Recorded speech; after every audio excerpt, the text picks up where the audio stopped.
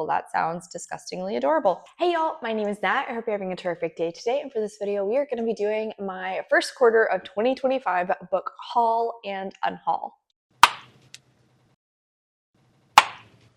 Alright, so before I get into anything bookish, make sure to hit like and subscribe down below, as well as tell me in the comments what is the last book that you decided you're gonna be getting rid of. So I've talked about so many times now that my focus this year is to really read off of my own TBR. I'm trying to read down that number. So in order to do a book buying ban, but also like make it a little bit more accessible / fun for myself, I ended up creating a bingo board. And so I have all of these prompts throughout it that come from my prompt jar. And then I have to try and read a book off of my own TBR to make a bingo. When I get one bingo out of 5 books on my TBR, that means I already had to read 5 books I currently own, then I can buy one. I've done fairly decent at actually sticking to that. However, I have also been sent a few books, I've received some gifts, and then I've had a time or two where I may have let myself splurge just a little bit. And so I actually have a good few that I'm going to be getting rid of. One has actually already sold on my Pingo Books, and that was Last to Leave the Room by Caitlin Starling. And I guess this is a perfect time to plug. I have a Pingo Books. If you're interested, I will put a link to that in the description down below. If you're intrigued by any of the books I'm unhauling, even if,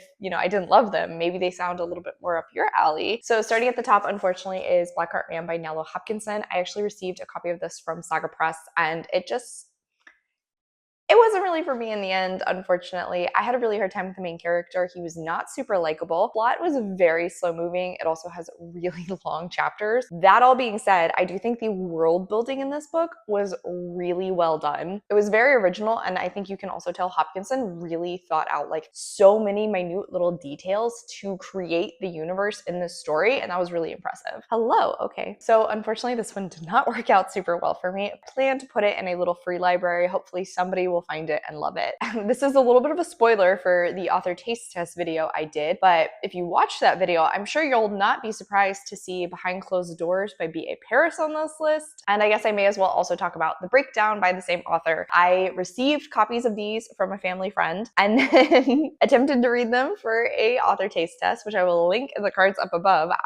If you want a little bit of ranting, go check that out because this author was not for me. Next, I have Dark Places by Gillian Flynn. I read this one for Winterween in January, and I actually had a weird reading experience with this because I kind of liked it, but at the same time, like every character is sort of the worst, and I didn't really love the final twists and reveals, but I do think Flynn has some really good writing chops. Didn't love this, and I definitely know myself, I'm never going to reread it. It was really dark, it was really heavy, and again, I didn't have super positive feelings about it, so I know this will not get reread. Yeah, I'm just gonna go ahead and let go of it now. I also recently read Dark and Drowning Tide by Allison Saff for my book club that I do on my Patreon. A link to that is in the description down below if you're intrigued and want to join us. Unfortunately, this was the first pick because it was a dark academia novel and it didn't go super great. This one was a roller coaster ride because the first like 60% I really enjoyed. I really had a good time with it. Then there's some twists in the story, and I can't believe the author decided to go in that direction with this. Did not love that.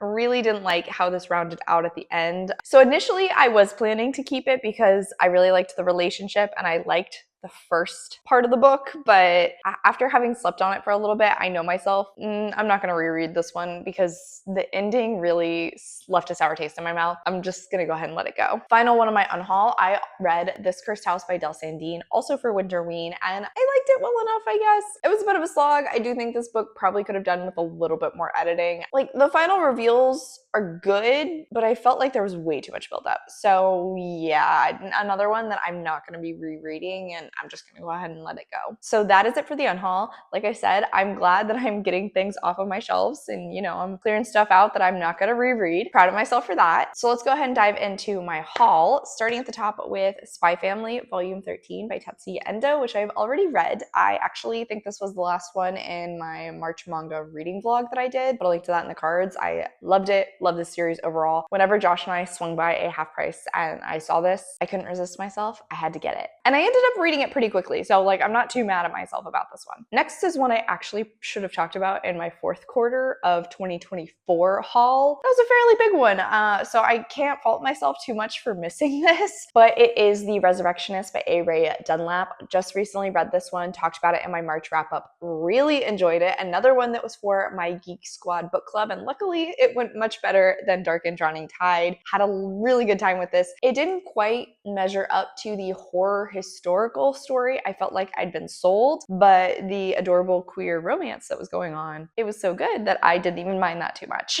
This one I technically had to buy in order to go to the author event, so I didn't really get a choice, and it is also my second copy of this book, and I'm very back and forth on whether or not it's gonna stay on my shelves. Initially, I wasn't planning to keep it because I already own the entire series in the indie editions, but it's since been picked up by Source Books, and all of them are getting new covers. And it is Truth or Beard by Penny Reed. This is the first book in the Winstead Brothers series. I love this series. I love this family. It is so great. And like I said, initially, I was not planning to keep it. I was planning to give it to a friend. But now I've seen it, and this first edition is so pretty, and it's got some really fun extras like a photo of the family. Obviously, since I went to the author event, Penny signed it for me, and she is super sweet, by the way. It actually has a map of Green Valley, which I think is so fun. I mean, it's a romance book, but she actually gave you a map. That's great. And then there's artwork done throughout it, like not constantly, but every once in a while there is some, like there's a photo of Wayne. Yeah, so again, I wasn't planning to keep this, but there's just so much fun little stuff to this first edition that like I want to keep it. I'm gonna have to collect the entire series in these new editions. That's 6 more books that I'm gonna have to buy, but I really want to. Next are 2 that I actually ended up getting when I was at that author event because Josh found them. They were on sale, and technically I had already read them, so it wasn't adding to my owned TBR. That's the only reason I got away with this. And that would be Soul Eater Volume 19 and 20. I read this entire series. I officially finished it out in Manga March, and I really enjoy it. I have a lot of nostalgia tied to it, but it is just such a fun series overall, and I've been collecting them, but this is on the older side. So anytime I can find some of the volumes at half price, it's really hard not to pick them up. Yeah, like I said, I shouldn't have bought these when I did, but I let myself slide on it because at the very least I already read them. Next up is actually a gift that I received from somebody, and I'm still not sure who, so if you sent this to me, please let me know in the comments. Thank you so much for that. This Is Where We Talk Things Out by Caitlin Marceau. This was one of my best books of 2024. I really liked it. It's this short little horror novella where we're following this woman who has a toxic relationship with her mother, makes the decision to go on a little vacation with her. I really liked this. I think Marceau did a phenomenal job with the themes in the story. This is another one that has some art pieces throughout. It's always at the chapter breaks, and I really enjoy those as well. I definitely can see myself rereading this. So again, thank you to whoever bought this for me. I can't wait to pick it up for a second time. Next, I was very kindly sent by Forever Publishing a copy of You Between the Lines by Katie Naiman. I remember this one as former high school classmates reignite their rivalry in a prestigious MFA program in their steamy Enemies to Lovers debut. So kind of has second chance energy plus Enemies to Lovers, and then the characters are writers. Yeah, I'm all over this. Very hopeful. I will love it. And I think the cover is super adorable, so I can't wait to pick this one up. Along with that one, they also sent me a copy of Yin Yang Love Song by Lauren Kang Jasen. I wasn't really sure about this one, but I will say it does kind of make me think of Dial A for Aunties by Jessie Q Sutanto, what with the fact that this main character believes there's a curse in her family where they are all going to be heartbroken, kind of like there was in Dial A for Aunties. Also in Hot Hex Boyfriend, now that I think about it. Oh, that's kind of funny. I never put that together. She actually runs a tea shop with her family, and they kind of specialize in brews after a heartbreak. They end up getting some unwanted attention when she has a little bit of a fight with a customer who turns out to be this like really big name musician. He has a reputation as a heartbreaker, and so he's kind of trying to play into that by fake dating her so that then he can break her heart and increase his ticket sales, but at the same time, this will help promote her business. Y'all know my feelings about fake dating. They're complicated. However, I am intrigued. This is an author who I've had some of her other work on my TBR and have yet to get to it, so now I own one, and maybe that means I will pick them up a little bit sooner. Final one I received from Forever is Our Dear Miss H is on the Case by Violet Marsh. This is a historical mystery with a romance element going on. I have never heard anything about it, but the title had me a little intrigued. So we're following a woman who is an archaeologist, but of course, because of the times, she has to sort of use her cousin as the actual archaeologist, even though it's all her finds. However, her cousin ends up going missing and she has to enlist the help of his infuriating but incredibly handsome best friend. So this one definitely sounds fun. It kind of makes me think of Kiss Me Lady One More Time by Deb Marlowe that I read last year. It kind of makes me think sort of similar to that, where it's a historical romance that has a strong mystery element and then like some nerdy science mixed in. Yeah, actually, that's pretty comparable now that I think about it. So excited to get to this one. Like I said, thank you so much to Forever Publishing for copies of all 3 of these. I can't wait to read them. In a very different direction, next up I got Bat Eater by Kylie Lee Baker from my Evernight book box, and I'm so excited for this one, guys. First off, these editions are always absolutely beautiful. I mean, these edges, come on, these are gorgeous. So this is a horror story where we're following a woman who is a crime scene cleanup expert, Cora Zhang. I'm also just gonna continue showing off this gorgeous artwork as I talk to you. However, after a series of cases in Chinatown, she decides to start investigating things herself when all of the victims are young Asian women. I've literally heard nothing but glowing reviews about this from early reviewers. I cannot wait to read it, and I can't wait to display this thing on my shelves. It is so pretty. I think I'm now at like 2 5 stars and 2 3 stars from Evernight, so this is me hoping that this will once again be a 5-star. Fingers crossed. My February book of the month was First Time Caller by B.K. Borson. This is a very popular romance author that I've been tempted to try out, but have never actually picked anything up. However, this new series she's just starting with, apparently all of them are inspired by Nora Ephron's rom-coms, and I'll admit that does have me very intrigued. So this one I believe is supposed to be kind of a play on Sleepless in Seattle, except that the radio host is the hero character, I believe. A hopeless romantic meets a demoralized radio host in this cozy Sleepless in Seattle inspired love story. I've also heard lots of positive reviews about this one so far, so I'm very excited to finally try out this author and hopefully love her. Saga Press also was very kind and sent me a copy of The Reformatory by Tanara Reeve-Dew, and I'm so excited to read this one. However, I did not realize how long this book is. This is a historical horror story that is actually based on the the Dozier School for Boys in Florida. Josh and I actually ended up watching a documentary on YouTube about this, and whenever we started it, I was like, this sounds really similar to The Reformatory. Well, went and checked the author's note, and it turns out that's because this book was inspired by that story, which is a travesty. And if you go research it at all, please prepare yourself for it. It's a really rough story. But in this one, we are following a young Black boy who unfortunately has been sentenced to this school.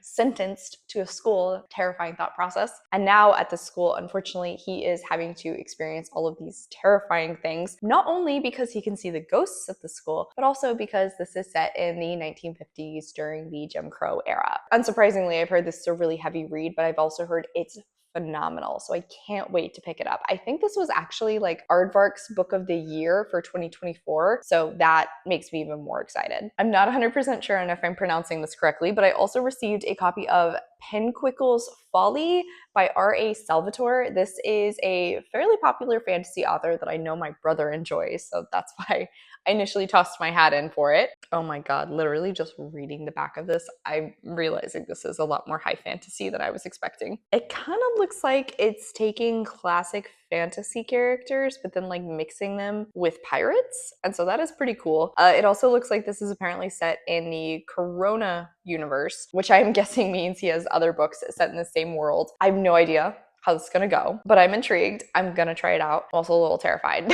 I also grabbed The Bones Beneath My Skin by TJ Klune from Book of the Month in February. I mean, this is one of my favorite authors. I've heard so many good things about this one, and it recently got republished traditionally, so wanted to support him. I think this is actually like a sci-fi fantasy story that has some found family in it and a little bit of a queer romance. Yes, this is the element of it I remember best. An extraordinary 10-year-old girl who calls herself Artemis Darth Vader. Paige at the PM Reader read this a while back and loved it. All of her thoughts on it made me very excited to try it out. Once it got republished, it was like, okay, I need to officially buy it so that I can prioritize it and hopefully get it read here a little bit sooner. Final one that I grabbed from Book of the Month recently because I had a extra credit. So I went back to February of 2024's options and ended up picking up Heartless Hunter by Kristen Cicerelli because I've heard so many glowing reviews about this one, but my best friend Allie was the one who officially pushed me to grab it. I believe it's like a witch and witch hunter fantasy romance story, and I've heard it has a really cool magic system. I definitely don't want to know too much about it, but the sequel came out recently, and so, you know, this is the perfect time for me to pick it up.